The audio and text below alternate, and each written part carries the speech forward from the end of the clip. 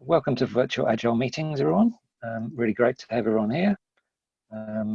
Really pleased to welcome Clarke Ching, the bottleneck guy. Clarke Ching wrote the Amazon bestseller Rolling Rocks Downhill and the Bottleneck Rules.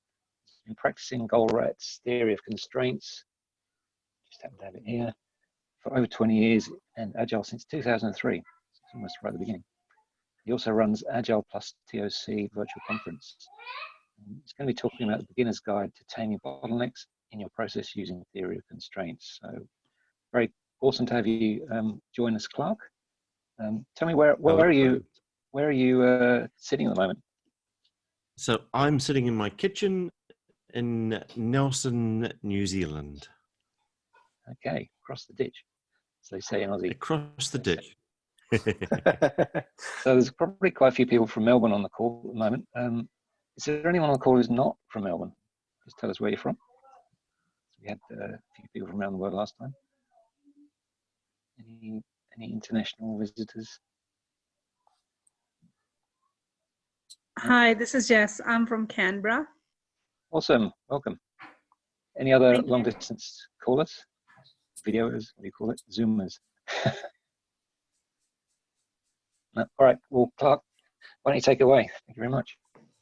Lovely, thank you. So I'm going to share my screen now and I'm going to start talking. Feel free to interrupt. And if you do interrupt, I think my whole screen will disappear for me. Oh no, I can still see you guys, that's good. Right now, if you hear funny noises in the background, my dog decided to wake up just as we started. And she's currently trying to eat her leg. And she tends to make some quite inappropriate sounding noises, but hopefully the microphone won't pick them up. Okay, so now I'm just going to shrink this down a little bit here and move it out the way. There, that's a wee bit better. There we go. So, okay, so the Agile bottleneck rules. That's me. Oh, hang on. And just so you know, that's a map of the world that doesn't have New Zealand on it. Which seems just so wrong, but it's not uncommon. We're so good, we'd like to keep a secret, maybe. Wow.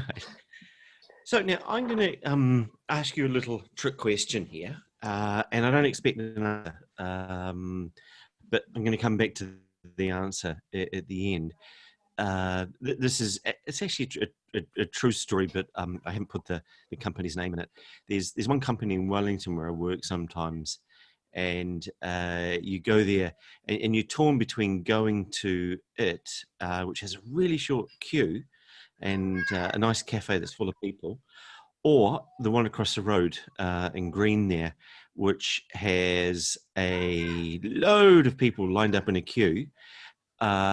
And yeah, so the trick question is which one would you go for? And it's actually the opposite one to what you think, because most of us judge the speed that we'll get our coffee by the length of the queue. And I'll explain a little bit more about that.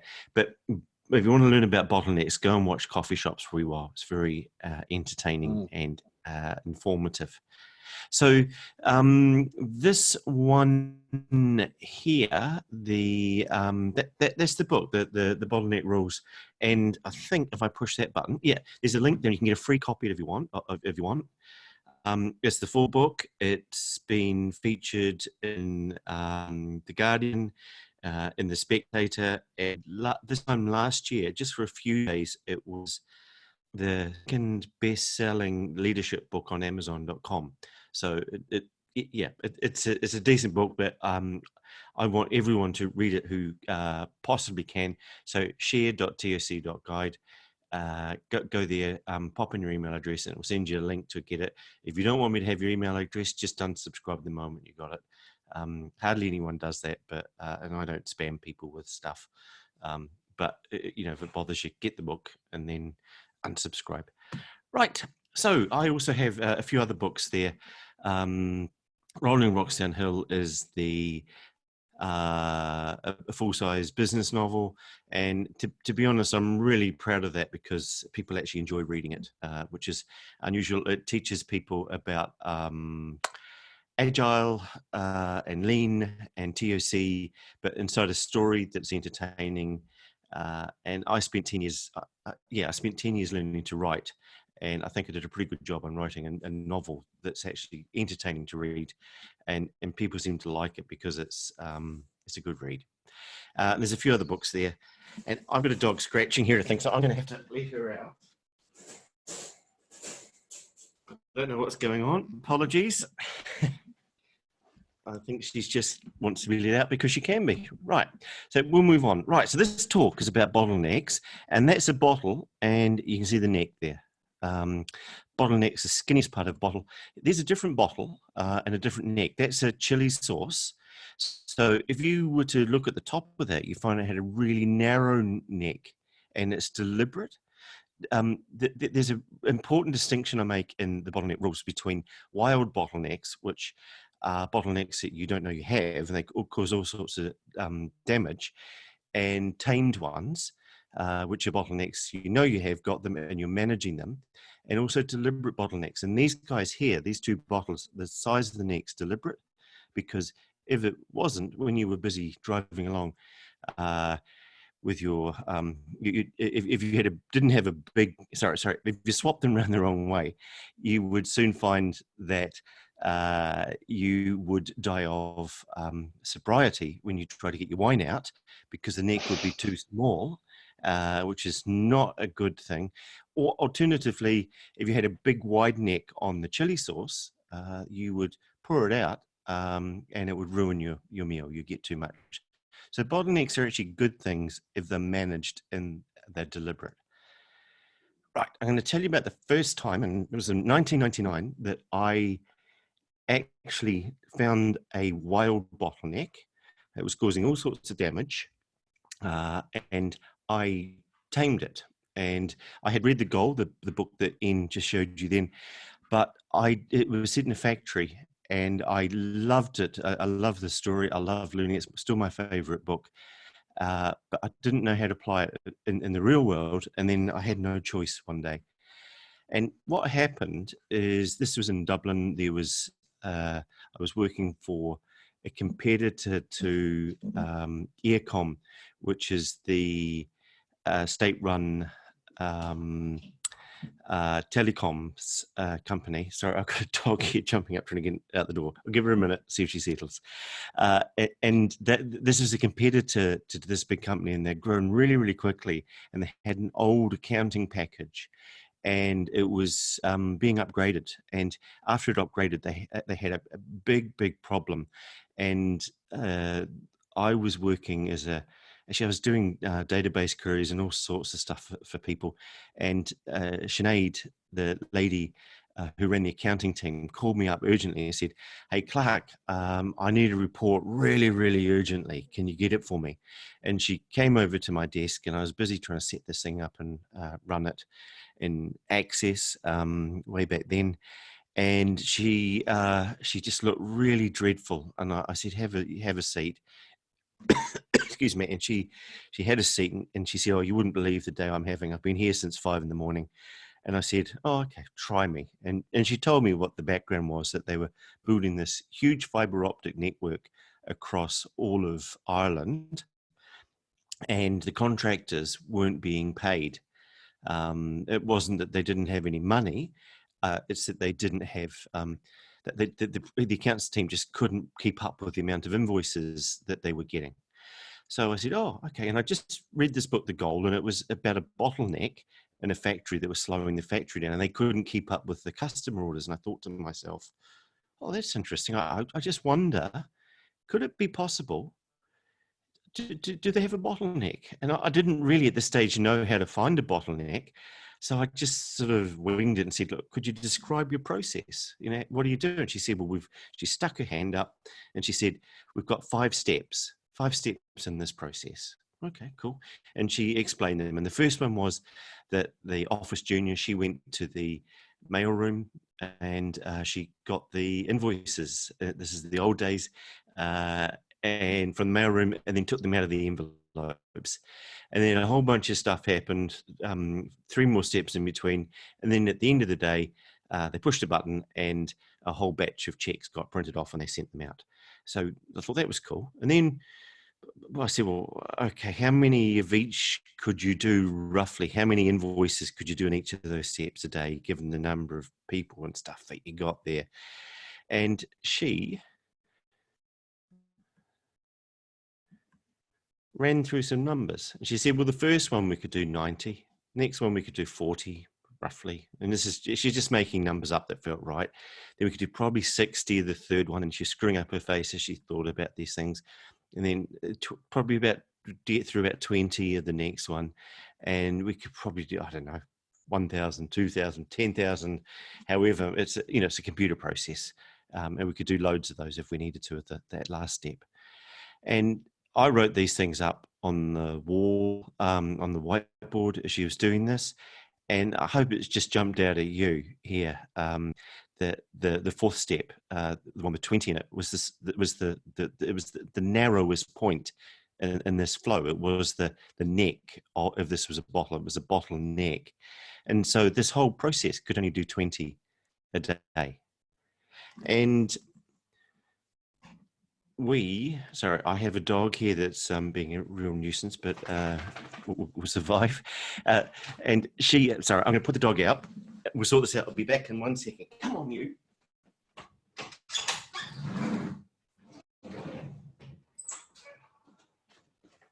Sorry. This is very professional. She ignores me all day, of course. So we talked about this and said, well, look, we've got these 5 steps and we wrote these numbers up. And she looks and goes, oh my God, we can only do 20 a day, can't we? Okay, yeah, she says. And I'm out there and and they were having a lot of trouble. And she was like trying to recruit more people to do the first 3 steps. And she was trying to, she was on the phone to suppliers a lot of the time herself. These people who wanted to get paid, and she's busy on the phone apologizing to them and so on. There's all of this stress going on. And she said she was trying to get more people, and then she looks at it and she just goes, and this is in Ireland, she goes, oh, feck me. Can't believe it. My wife's Irish. I wish I could do the accent. She's like, feck me. I can't believe it. I do step 4. And I'm spending all my time trying to recruit people to do the earlier steps. And I'm spending all my time ringing up suppliers who are really angry, and I'm dealing with them, when all I need to do is just shut myself into an office for 1 or 2 hours every day and just make sure I get 30 or 40 or 50 of those done each day. And then that whole process will double in speed. And that's what she did. It's just as simple as that. We went through and figured out a whole lot of elaborate things that she could do, but really she just shut herself in a room, locked herself away for an hour or 2 each day, and bursted through these things. And this was the approval step in the invoice processing, and it required her as the manager to approve stuff. So that's all it took to fix this problem that had been running on and on and on, and causing people to resign, affecting the company's share prices because they wanted to sell it. And this was the industrial action was causing all sorts of stress, and it went away. Within 2 days, it was gone. It was all fixed up. And so this pattern of just looking at a system, we don't do it naturally. But just looking and going, where's the bottleneck? Where's the narrowest bit? If we can't keep up, there must be one step that's the slowest one. And then looking at it and just trying to make it faster. And that's it. So the funny thing was that at that stage, she knew about as much about bottlenecks as I did. Because we both solved what effectively was a multi-million-pound problem in about half an hour. So life moves on. We roll forward 16 years, and this is this is Edinburgh. Ian and I both know this quite well. Just have a little look at that picture. I hope you can see how lucky I was there that I happened to catch a double rainbow in the picture. Funny thing about it was that I actually, where the rainbow hits the ground, just before I left, Scotland after living there and moving back here. I did a talk in Amazon's development centre for them there, right where the pot of gold should be. And someone pointed out the double rainbow, and I'd never seen it before. There's probably some analogy there towards bottlenecks, as we don't see them until we see them, but that might be a bit of a stretch. But 2016, I really like this story because I have used this bottleneck stuff, which is more formally known as the theory of constraints, but I've been using it ever since 1999 in action. Before that, I read about it and I learned about it, but that was the first time I actually had a real success with it. And then I've used it over and over since then. And I like this particular story because it's about a team size thing that's kind of palatable. I've used this on teams with hundreds of people, and it works just exactly the same, but they all kind of seem a little bit almost fantastical sometimes. So let me just tell you about these guys. I like this particular team because this was a bunch of gnarly, grumpy old Scottish people, and they were gnarly. They were working on 50-year-old code. They were fixing live production bugs that have been out there forever, or popped up new stuff, and it was ugly stuff that no one else could work on. These were really, really good people.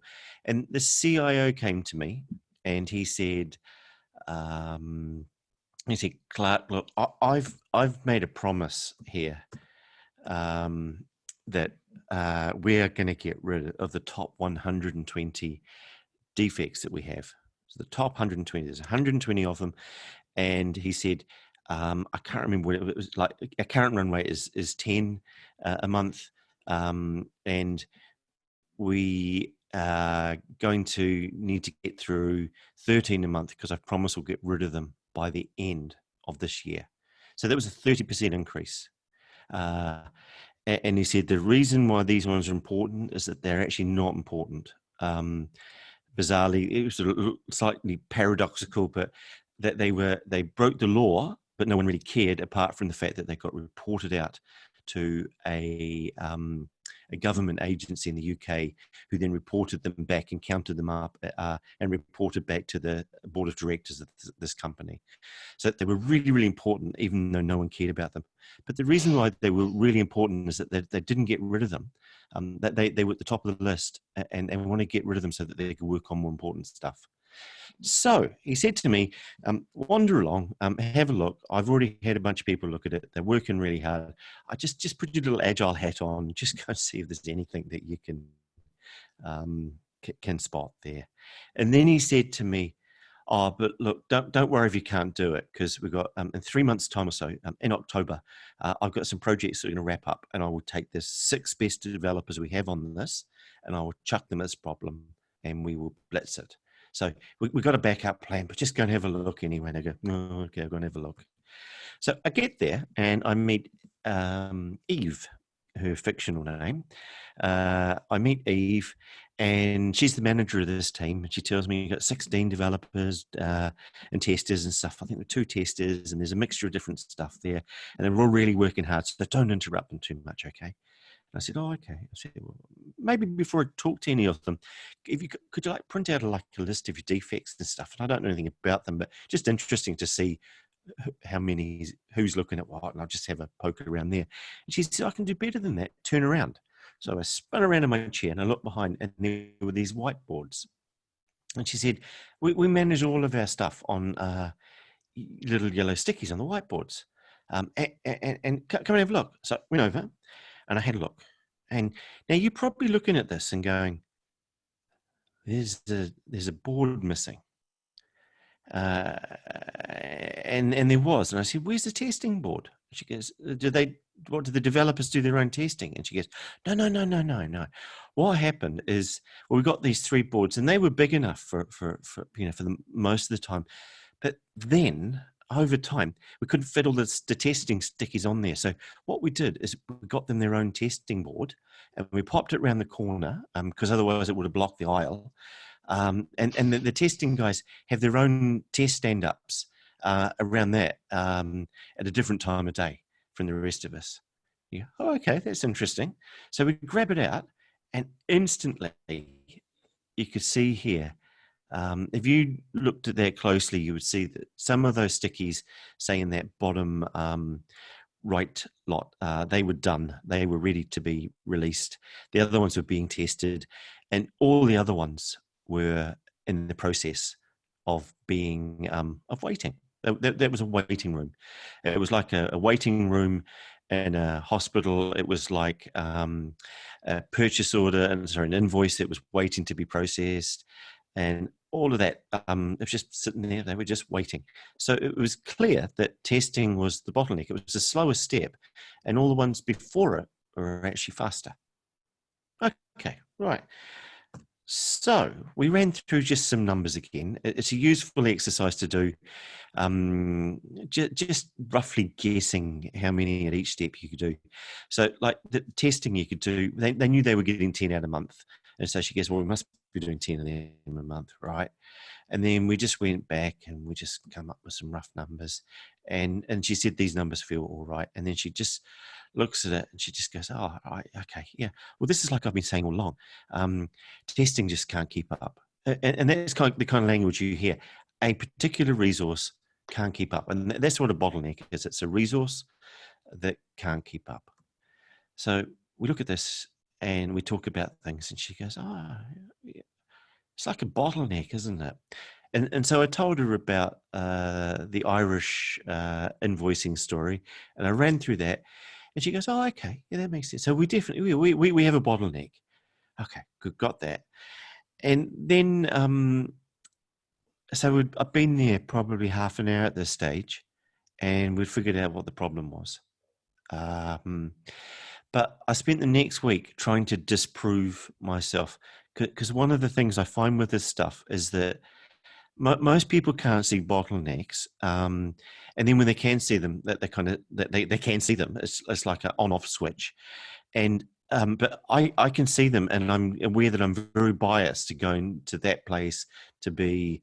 If there's a problem that's not solved, why don't we look and see if there's a bottleneck? So I went around and I spent about a week off and on just talking to people to try and disprove it.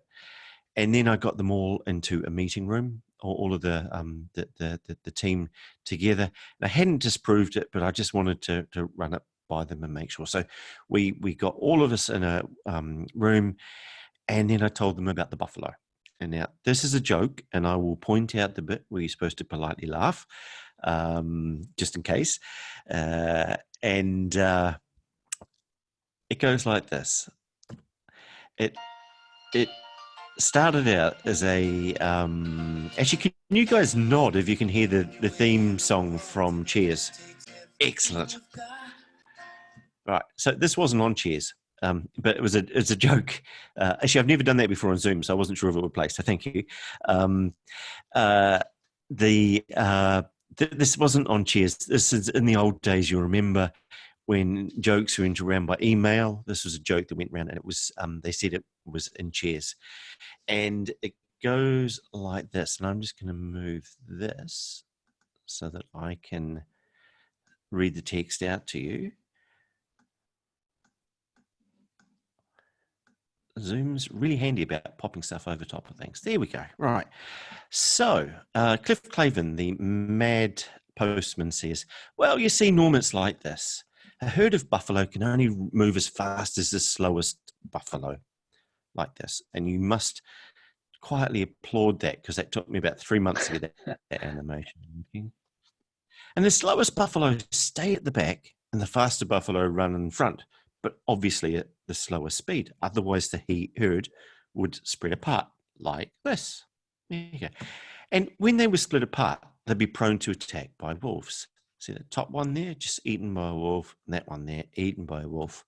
So evolution favored the herds that didn't spread apart. Right.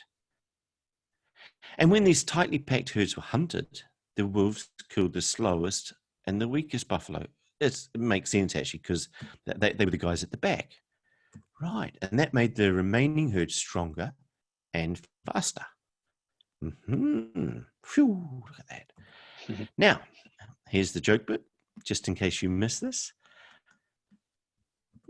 Oops, sorry, pushing the wrong button there. In much the same way, the human brain cell can only operate as fast as the slowest brain cells. It's good science, this. And as we know, excessive intake of alcohol kills brain cells.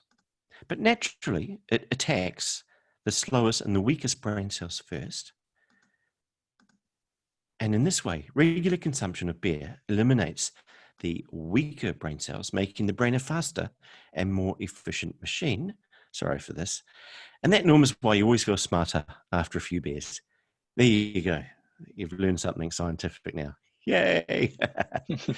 So I tell them this joke, and then we switch back to the room now.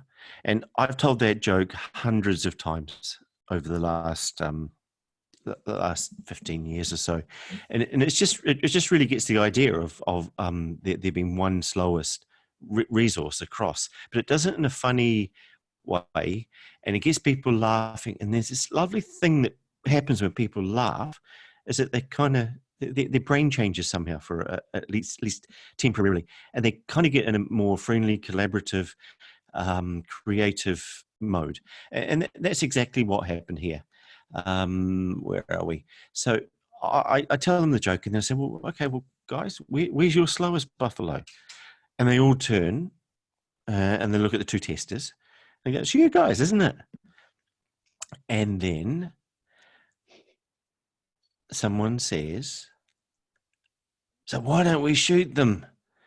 Of course, it's a natural response. And then everyone has a little bit of a laugh. And then something that someone suggested a while ago, which I've never heard before, was, why don't you give the testers beer, because then they'd be more intelligent and be able to test faster? Which I'm really impressed by that. So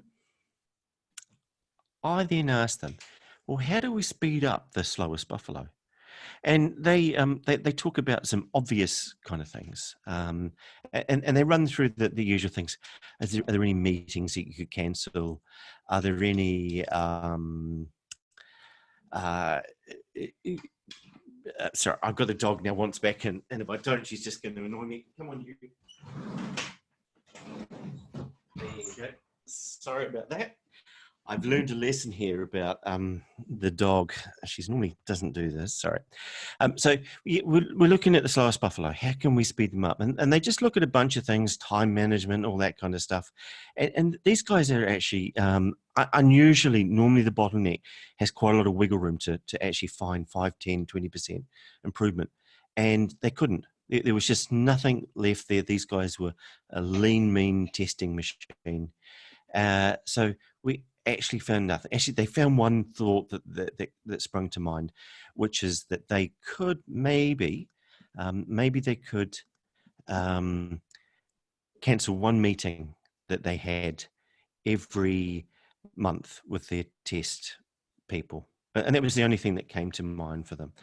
So disappointedly, we moved on. But fortunately, just looking at the bottleneck isn't the only thing you can do. There's a few more steps.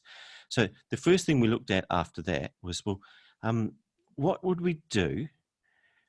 Is there a way? What do we do with the non-bottlenecks? Is there a way that they can actually help? And instantly, the tester said, well, it's obvious they need to slow down. If they keep working at this rate, or you guys, if you keep working at this rate, all that's going to happen is you get more stickies on there. And everyone kind of looked a bit awkward because they didn't. What would they do if they slowed down? They'd have nothing to do. And then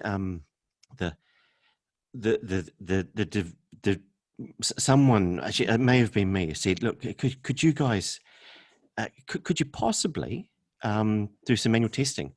And the tester said, "No, it's banned," because what they'd found is that when they tried to get the developers to do testing, it actually caused everyone more work, and the developers got grumpy, and the testers got grumpy, and so they'd actually banned it in that organization. Okay, so that was the thing I was thinking they would do, and then they just mumbled a bit and they thought about a few things, and then interestingly, they come up with a couple of things. So Slowing down obviously was the first thing you do is coordination, but they found out with the collaboration step here at the bottom of the screen that they said, well, there are some ways that you could help. This is the testers talking to the developers. And the tester said, you know how our test environments are always falling over and we're always coming to you guys and asking you to fix them. And you say, yeah, I'll look at it in a couple of hours when I finish this.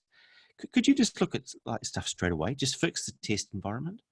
And the developers say, yeah, okay, cool, of course we could.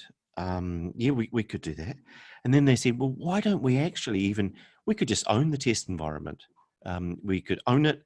We could look after it. You guys don't have to do anything. Okay, right. Okay, yeah, it's a good idea. So the testers then had not offloaded so much work to the developers. It's just that they had avoided a lot of downtime while they were waiting for the things to be fixed. So that was a really good step. And that's an example of collaboration. The other one was when the tester said, well, there is something, if you're not allowed to manually test, I don't suppose we could get you to sit down and just type in test data. And one of the younger developers said, no, we're not doing that. I was kind of taken aback because I thought we were being all collaborative here. I said, the guy goes, no, we're not. We won't. We have scripts. We've already written scripts for testing data. Has no one ever shown you the scripts? And the testers go, no, we don't. We always set up the developers sat down and figured out how to just adapt the scripts so the testers could run them and do setup data, and then the developers looked after those. So those are really little kind of obvious things, aren't they? It's just good collaboration and good and just working together. But the problem was that prior to this, they were working in their own silos. So each of the resource types was separate. And they didn't talk to each other. And now just having this little meeting and telling them that little joke got them there sitting together thinking, okay. And they collectively figured out how to solve this problem together. So that answers the questions, how can the buffalo help? Now, curation. By the way, if you haven't noticed at the bottom, the word is spelling focus as it comes out. Find, optimize, coordinate, collaborate, curate, and the next one's upgrade and then start again. So it spells focus. And the third C is curate. Now, when you think about curate, think about a museum with a curator. They have a limited amount, a precious resource in the museum is their display space. And they have loads and loads of stuff that they could put on the display space, but the curator has to decide what they let out of the storage and into that area. And it's the same with this. Curation is looking at what do we got here coming through and what order do we tackle it. So in an agile environment, you would curate your backlog. But the special bit here is that normally we curate stuff based on programmer capacity. We tend to be very biased towards looking at how much development effort will be going on. In this case, the testers were the bottleneck.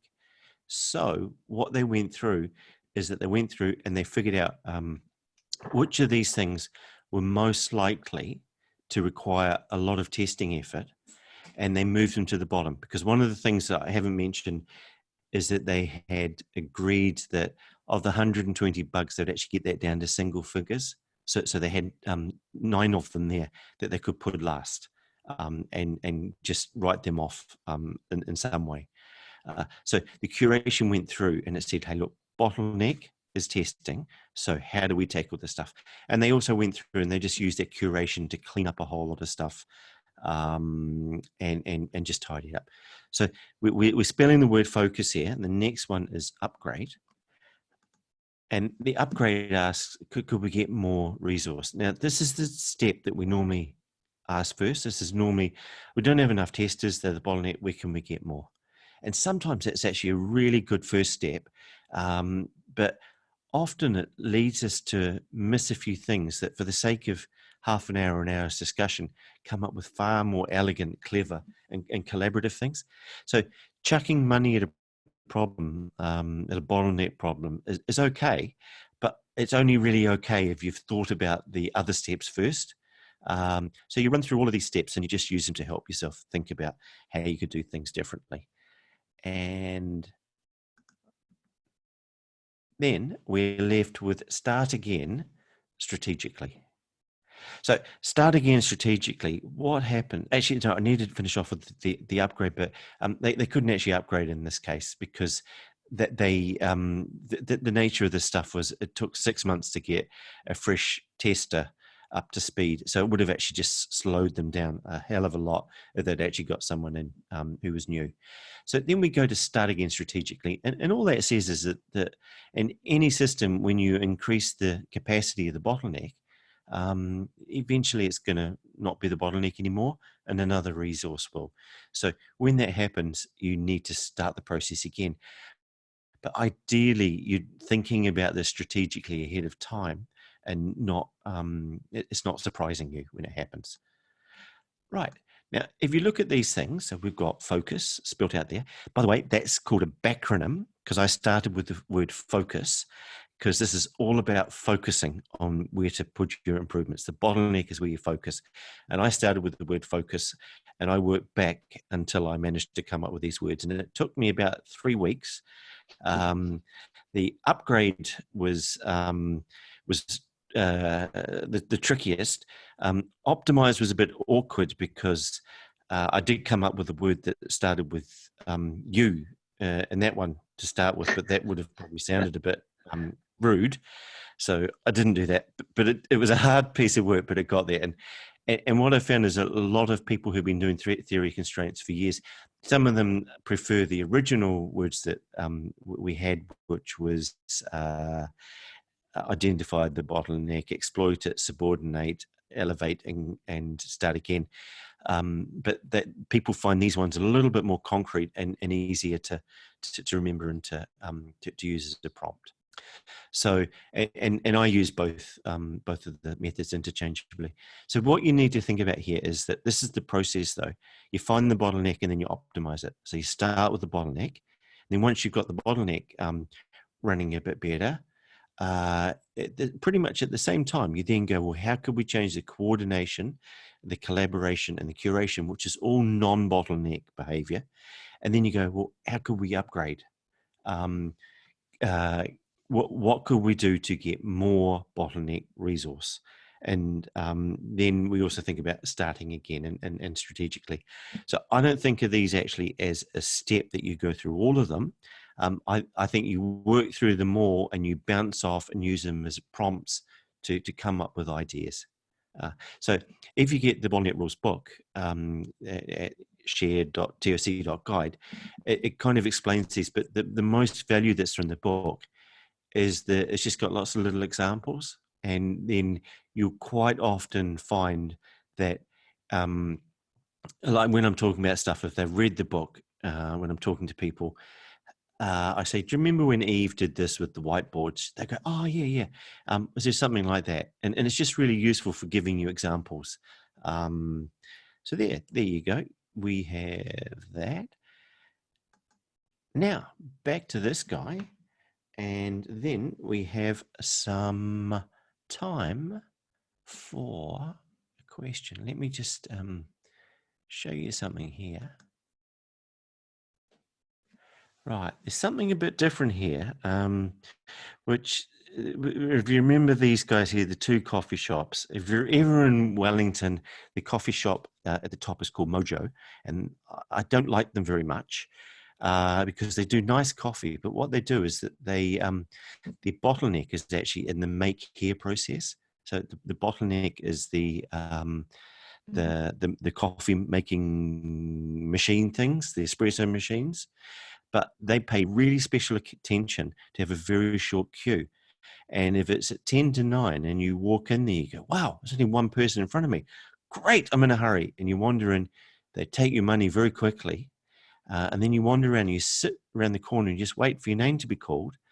And you wait and you wait, and then you suddenly, over time, you notice, oh, hang on a minute, that's interesting. No one here has actually got coffee because they're all waiting. So what they've done is that the bottleneck is hidden inside the shop, and they're doing very well financially. But I know a lot of people that won't go there because they feel like they've been screwed. And sometimes you get in there, you expect to get your coffee and be out. Whereas the other one there is just down the road, and this is a pattern you'll see all around the world though. This one is typically what you get. But these guys here, there is a queue there, but they take your order, they send someone up the queue, and they take your order as you're queuing. And then they make it in parallel with you queuing, which is really clever. And they make nice coffee. So most of the locals who figured out what's going on will go there. So I just mentioned that because if you want to find the bottleneck, you look for the queue. But sometimes the queues hide. There's always a queue, but they hide. So the one in blue, the queue is actually hidden, and it gives that wrong signal that you'll get your coffee quickly. But in any circumstances, you want to find the bottleneck, look for the queue, and then keep looking, because sometimes you'll find the first thing that looks like the bottleneck, and it can sometimes be the one after it. Right, now, do you remember the developers? We were going to get 6 developers for 3 months with the whiteboard problem. What would have happened if we've got those developers? It would make things worse. Yeah, it would have made it worse. Now, this is really interesting because you've probably seen this in Agile land. I don't work so much with teams. I work more with managers nowadays. But when you work with teams, I presume it hasn't changed that much. There's always a bias to looking and thinking, oh, more developers will fix it. I remember when I first started doing Agile, you go along and you'd have a team meeting and they'd forget to invite the testers. This particular example here, it just felt like you get more work done if you had more developers. And of course, it would have actually just made it worse. Well, it would have resulted in as more stickies, but more than that, more interruptions for the testers and less help. Because when you had the developers there working on stuff, they would often go and ask the testers for advice on how the system was supposed to work. So adding more would have actually slowed down the testers, and it would have removed all of that good, innovative, that those 2 clever little things we did would never have happened.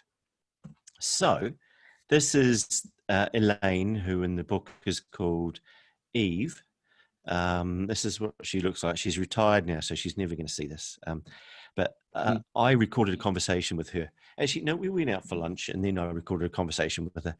And so they had 16 people in this project, and they got through their lot. They got more than a 30% increase in capacity. They actually released 2 or 3 developers to go work on projects.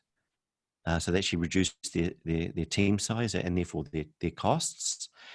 They actually all work closely together. And on my last day in that place, I didn't have much to do with them very often. But as I was leaving the building, I bumped into the analyst who'd worked on the team for years. And he said, hey, that system that we set up, it's fantastic and it's still working. And it was 2 years later, and they all really, really, really liked it. They got through, they had 6 defects left, and 3 of them were unfixable, and 3 were just waiting to be fixed by the end of the year. So they got an extraordinary increase in productivity with fewer people. But here's what she said. I've never worked so few hours. So their productivity as a team, when they stopped working in silos, shot up, and yet the number of hours they worked each week fell back to be normal. They'd never completed as much work, and everything had just calmed down. So that's kind of that quote has sort of inspired me to go and write the book, because I love that they calm down and they speed up at the same time. Right. So yeah, I'll ask you a few questions, but if you're interested, in 2 or 3 or 4 weeks, I'm going to do a more advanced free webinar on this stuff. Just talk about how it applies to software development. And if you're interested, just go to that thing there and you'll sign up. And when I figure out dates and stuff exactly, I'll send an email out. There we go. But Great. yeah, so that's basically it.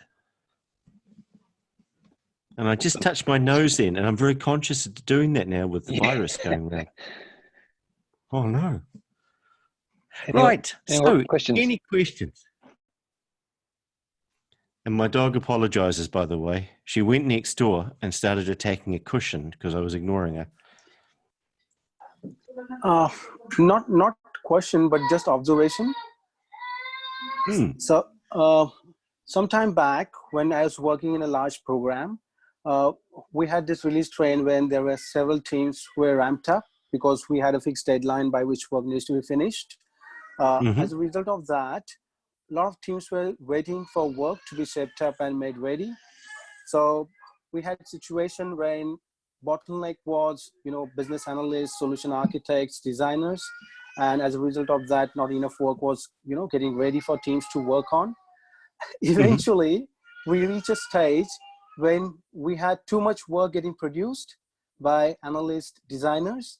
And then everyone got impression that, new bottleneck is team, like team members, developers. The way we tackle that problem, and just a thought, I'm not sure whether it's actually related to what we have discussed here, but what we found was we had too much work in progress when it came to, defining, shaping up work.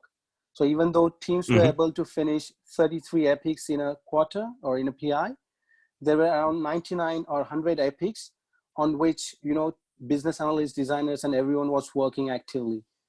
So the way we addressed that was with the help of principal product owner, Uber product owner. We identified what are the top 40, if not 33 epics, which needs to be targeting upcoming PI or quarter, and just work on those.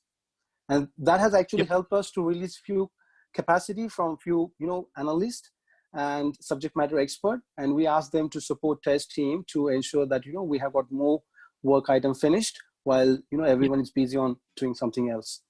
Yeah, that's good. So what you've described there is curation is the key bit. You look at the stuff coming in and you curate it. And that's kind of obvious, but it's not always obvious at the time. But that for me is actually, if I just think so, the stuff, this bottleneck stuff, it came out of manufacturing, and I think with my agile lens on it, I added the coordination bit. Is what you do in factories anyway, scheduling. But I add the collaboration. And that's one of those lovely things in knowledge work. We can collaborate much more to solve problems, and we can take work off other people and stuff.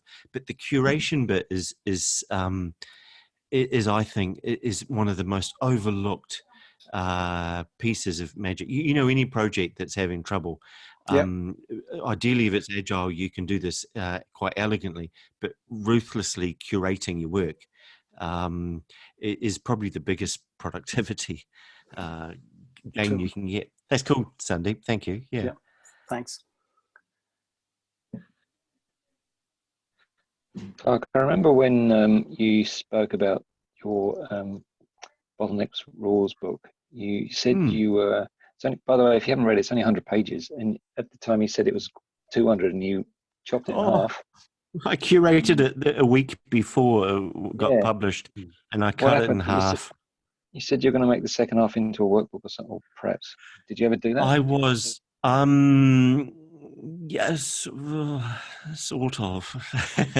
Actually, I've still got the second half. But what I decided to do is instead, I'm doing an online training course of it, I decided rather than doing that generic stuff for people, that I would do something which is for Agile and ToC, because seriously, there's just so much value to get out of Agile just by just putting this on top of it.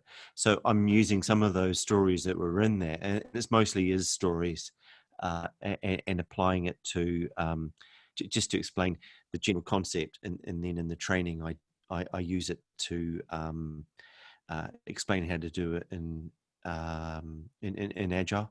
So, like with Sandeep's example there, there's the real world bottlenecks, not the stuff at work, are really interesting. My kids, their school, on a rainy day, they get too much traffic come to pick up the kids. So what they did is a coordination solution. They have the younger kids have their lunch break shortened on a rainy day, and then they let them out earlier, and it doubles the window that people can arrive. So instead of having the not just the parking clogged up with parents waiting for their kids, but all of the streets around it clogged up, and lots of delays at 3 o'clock, they've now almost eliminated that on the rainy days. And I just like that. That's just a little bit of clever thinking, where they just, because a bottleneck happens in a fixed period of time, they just spread it out. It's really clever. Yeah. So yeah. Sorry, a rather circuitous answer to your question, Daniel. Hey, Clarke, thank you. I'd like to just take a slightly different slant on it. Thank you for the talk. I'm familiar with the theory of constraints, and it was straightforward for me to apply many of these kinds of lessons, but I recognize that it's not straightforward to everyone. And so what I really appreciated about your talk was talking about the use of stories and humor to disarm people. Because again, this is a comment, but the question's coming. The cognitive dissonance of realizing that the real thing we need to do is look at the problems at the systemic level rather than just thwacking people to work harder, is likely to, and in my experience, it leads to cognitive dissonance, embarrassment, and so forth. Like on a related theme, I've given demonstrations of how multitasking is killing productivity. And maybe we shouldn't be trying to do more, but go more to unitasking and remove some of the cues introduced by that. And I've for some people it works, for others it's just too much. There's disbelief. So I guess my hypothesis is that it's not that this stuff is so complex for people to understand, but the unlearning is really quite profound. Can you say more about how you've evolved your approach, and or disagree with me? So I agree 100%. I have adopted, this just works for me. I realized many years ago that it didn't matter how clever I was, or that I was, or how clever about new stuff I was, and I knew things, that people didn't like that. Especially if they were in there, they didn't want to hear new stuff from, unless they'd hired someone and paid them a lot of money for it. So I adapted my style enormously, and my role model is Columbo. I'm not kidding. The TV detective. I'm not sure how many people will get that reference, but I'm with you. No, they don't. I don't know if there's an equivalent. You have a certain age, I think. There's just one more thing. So I've deliberately tried to dress myself down so that I don't look, and take a story-based approach. Telling them that joke just kind of gets people to go, and then I don't know why. It's just the smiling, I think, makes it different. Because in the goal, I could tell them a story about some scouts going for a walk, in the slowest one, but that kind of go, but telling the joke, the idea, I describe it like as having a smiling Trojan horse, Mhm. and stories and jokes. I've got a couple of. I did a keynote at the Business of Software conference, and and I did one. I've done it a few times on using stories as and particularly humor as a nice way of just getting ideas in people's heads. And when they're smiling and they're laughing, ha ha ha, the idea sneaks in. And it's not always a joke that happens to tie up. But another one around estimating, I probably couldn't actually remember how to tell it just now, that's really, really funny. And it just gets the whole issue of estimating. But someone bothered to wrap it up in an amusing joke. So I think the bit is to not confront people with stuff, but sneak it in the side of their head. And the other bit that I found, I was talking to a chap this morning, and I think this is a really common thing for us, is that if people know you, there's that profit in your own land thing. So it's often far easier to put ideas in other people's heads and let them do the work. But if they know you, it's like my two daughters are Scottish, and we've lived in New Zealand for 3 years, and I honestly don't know if they've still got a Scottish accent, because all I hear is their voices. And it's like that when you talk to people that know you. They know you're an idiot. They know that you can't sing when you do karaoke, when you've been drinking too much, and then when you go to profess useful things to them, it's not as easy as if you're that outsider. So there's a whole lot of things around it, but I think if I were to sum it up, it's trying to take the oblique approach, so that you don't go straight in with the answer, and you sneak up on it and attack almost everything from an angle. Thank you. And I'm not sure if that's repeatable, but it kind of works for me. Yeah, I mean, I think it's a good one to talk about. I mean, how do you, what's your method? I mean, I like to build a fair bit of rapport, and then I guess it's the opposite of being a prophet. But when I come in from the outside to build rapport, and then people get comfortable, and then they'll start complaining, and then we'll have a chat about what we might do together. And actually, I think that's, if you get them complaining, then you switch into problem solving mode. And then people like their problems to be solved, but they don't like to be given the solutions without them. They want the problem first and to be heard and all that kind of stuff. Yeah, that sounds good. You didn't do a talk on ToC that would be on the YouTube years ago, did you? Yeah. Was that you? So my thing, this is the follow-up question, because I had a crisis of confidence knowing Agile and theory of constraints, that in theory of constraints, you always want to attack the bottleneck. And that's the royal road to rapid improvement. Find the bottleneck, work with it in the ways that you've described, and then it'll move and keep going. And if you want to get exponential improvement, that's the thing to do. But my crisis of confidence was that when I was hired into a large enough organization, I would only see part of the value stream, and I couldn't be sure that in the section which I had access to, the real bottleneck, or the global bottleneck on the value stream, would lie there. So my concern was that I was doing more damage. And the Agile, so that's in favor of theory of constraints. Against theory of constraints, we've got scaled Agile, that's in favor of it. Against theory of constraints, it's a bit inhumane. If you're in such a large system and you say to everyone who's not at the bottleneck, stop improving unless you're at the bottleneck, go help somewhere else. But you can't see the bottleneck, just better off just doing your job. That's a bit soulless. And at the same time, in these scaled approaches, they say, just optimize where you are, and then we'll try and magically scale it up without the theory of constraints inside. No, that doesn't work, but it does keep a lot of people really busy. Yeah. And billable. So my claim is that there is a way to get a distributed improvement, and that this only applies when you can't see the whole constraint. So rather than give my talk here, My question to you is, if you can't see the whole value stream, what's the smart thing to do? Right. So I think there's actually a lot to be said for applying this stuff tactically, like with individual teams.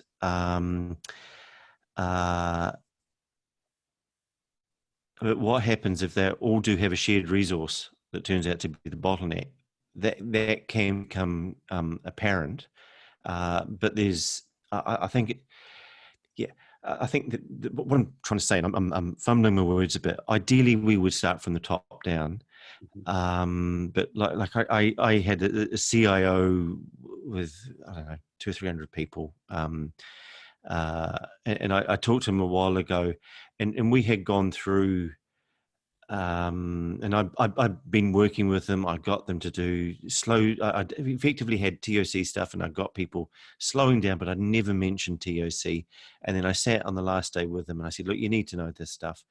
And I told him all these stories, and he did what everyone says when they hear about the accountant, and she was the bottleneck. He goes, "I think she was thick. Wasn't she thick?"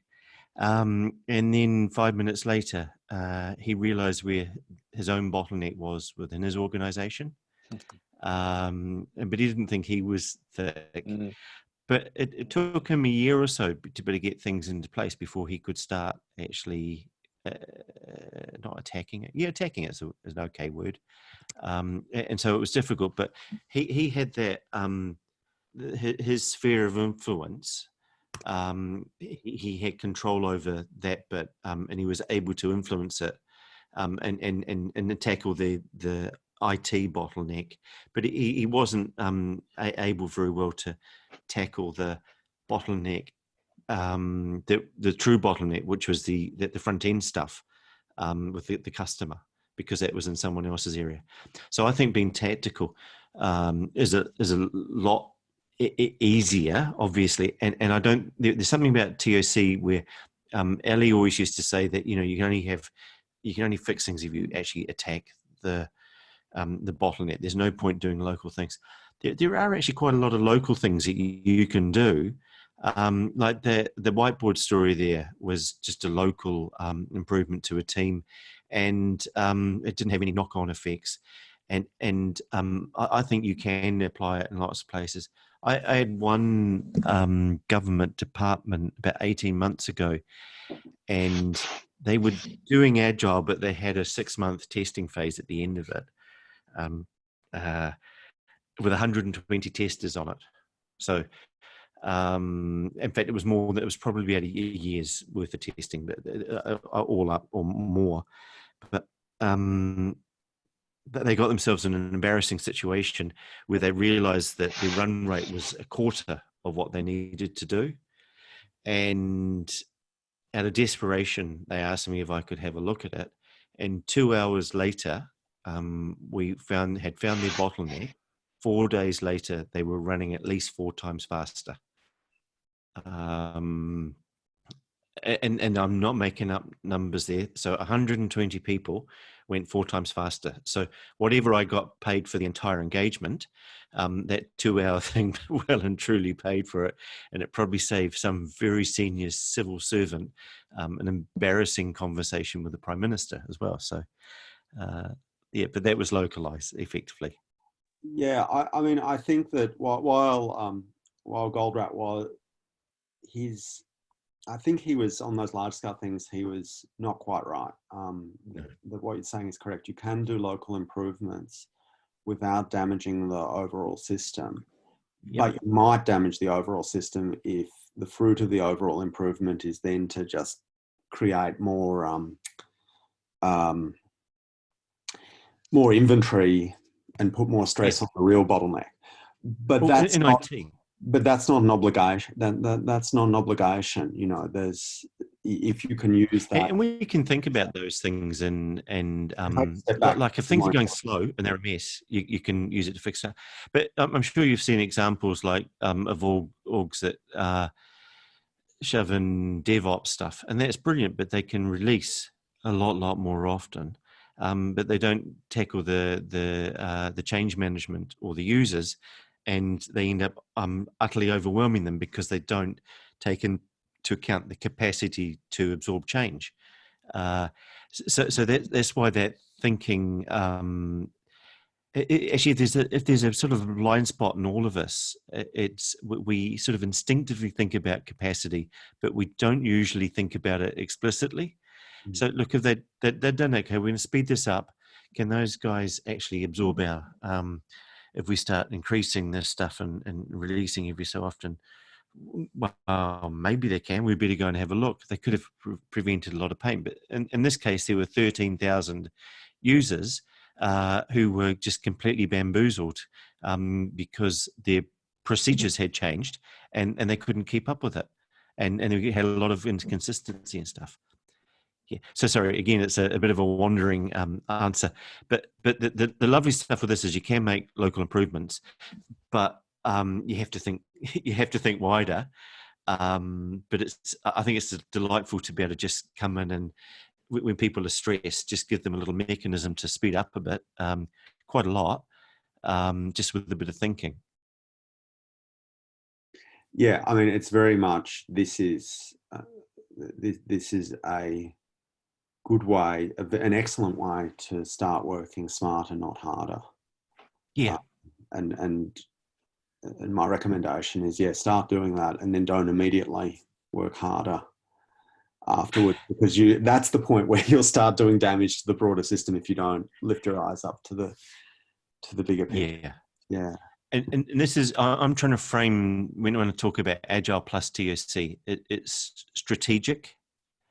So by which I mean it's looking at the whole business. And if the business is, if changes dependent on software changes a lot, then you have to consider the change to the whole business. And not just think of it as a technical thing. So taking it wider it makes it harder, but it also makes it more successful. And the bizarre thing is that we actually have to speed things up, but we also have to slow them down. And that last point in the focus recipe of start again strategically, trying to think strategically about where's the bottleneck going to move to, where do I actually want it to be. And I think that's probably the biggest contribution, which I haven't yet released to the world, is this really obvious idea that, and it's what I talk about in that webinar, is that there's one place that the bottleneck should be, and you don't let it wander around like you would if you did stuff in a factory. You make sure it's in that place and you build the capacity around it. I'll give you the answer as developers. The people upstream of them should have plenty of capacity to give them good quality stuff. The people downstream of them should have capacity to test to start with very quickly, and then to release change at an appropriate pace and absorb it. So you kind of end up with like a U-shaped capacity model with the developers at the bottom. And if you work that way, that's almost the way that everyone assumes it is working. All of Agile is sort of built on that assumption that you have the right capacity there, but very, very few places actually have it in that shape. The bottleneck is normally outside of IT, with the customers not engaging properly, or if it's inside IT, it's very often testing. Why when things are working well, will it go to there, in your view? Is this a complexity argument? That's where the most irreducible complexity lies, or is there some other reason? Could you ask again? I'm not sure what you're saying. Like, I agree with the observation that people assume that that's where it will be, and developers have this habit, like in your story, of saying, I don't want to help anyone, because it makes sense. If you are at the constraint, you don't want to distract yourself. But as we're seeing, that is not the case. It's often upstream or downstream at the moment. Yep. So what you're saying now is that's once things are working better, that's where the bottleneck should return. What is the basis of that insight? So the basis of why it should be in that point. So if you just took the IT team, you want the people, actually just as a whole thing, in the middle, you have developers. Actually, could I give you by analogy here?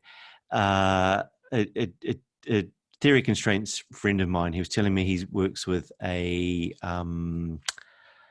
doctor. So he's got some doctors, and they have private work coming in. And he said that he was visiting there one day and just watching them, and noticing that he had a lot of downtime.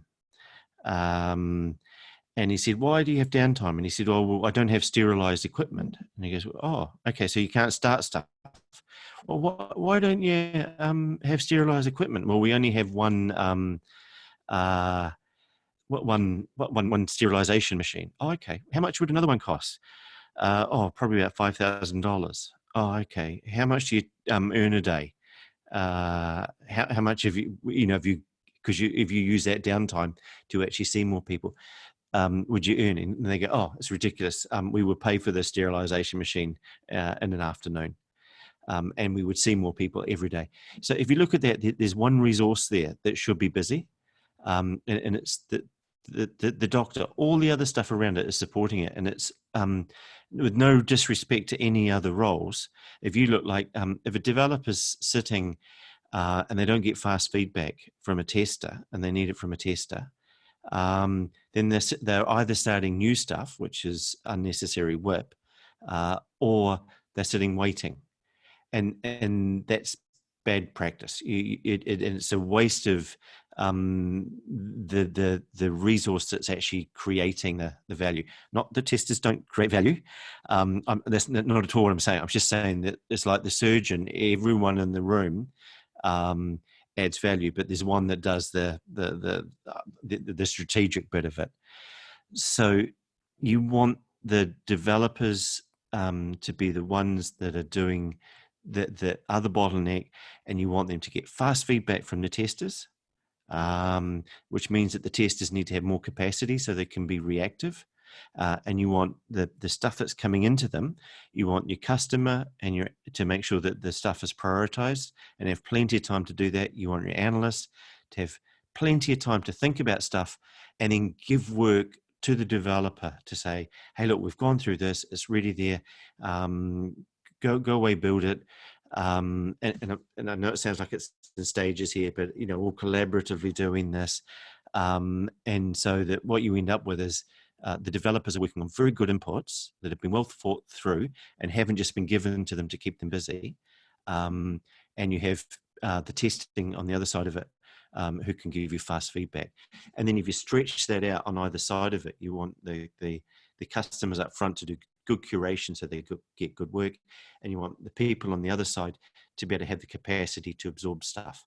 So it means that you actually have to stack the capacity around it so that the equivalent of the surgeon gets the work done. And it's hard to describe over. Yeah. We've gone a bit over time. Sorry. Yeah. No, that's all right. Answers. That's fine. I was just thinking maybe one more question, then we'll round it off and finish. Anyone got another question?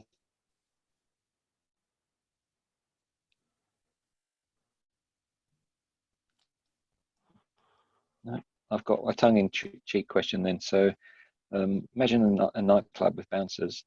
They deliberately create a queue outside their nightclub. Do you think they're using theory of constraints to work out where the best place to put the bottleneck is? Nope, they're using behavioral economics because they want people to see the queue. It's a signal that you have to wait, so it's high value. That's it. There's this guy called Rory Sutherland who does behavioral economics, and he's with Ogilvy. He's their vice chairman, and he and I have become friends through my book actually. And he's got a book called Alchemy, and it's just really interesting to read that. And it's fascinating and funny book, one of the best books I've read in years. And so we've talked about bottleneck stuff, and it's strange to think that an advertising company who now does behavioral economics as part of that is really interested in looking at the behavioral side of this, because queues do send signals, just like that one with the coffee shop. The short queue sends a signal that it will be quick. A long queue outside a nightclub. So I haven't come up with the backronym for it yet, but I was going to call the bit about the perception stuff, which would be P, POCUS. So you get focus, POCUS. It sort of sounds a bit magical, but yeah. So there you go. All right, so we'll finish up now. I'm going to unmute everyone so you can say thank you to Clarke, and then we'll end up. So everyone's unmuted. Thank you very much, Clarke. Really enjoyed it. Thank you. My pleasure. Thank you, Clarke. Thank Yes. you, Clarke. Thanks a lot. All your faces are moving around at the bottom of the screen now. That's weird. If we take any thanks, turns to speak, we could probably all cycle through.